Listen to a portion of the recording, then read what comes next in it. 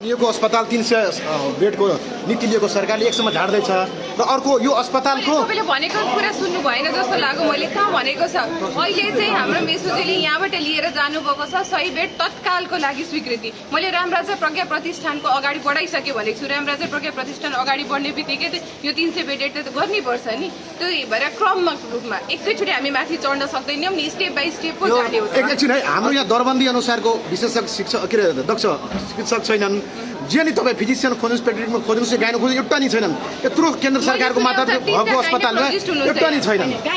तीनजना गाइनोकोलोजिस्ट हुनुहुन्छ। अहिले भर्खर हजुरले सोध्नुभयो यहाँ 3जना गाइनोकोलोजिस्ट हुन्छ। त्यही भएर एकचोटि हामी डाटा हेरौँ, रिसर्च गरौँ अनि हामीलाई सोधौँ।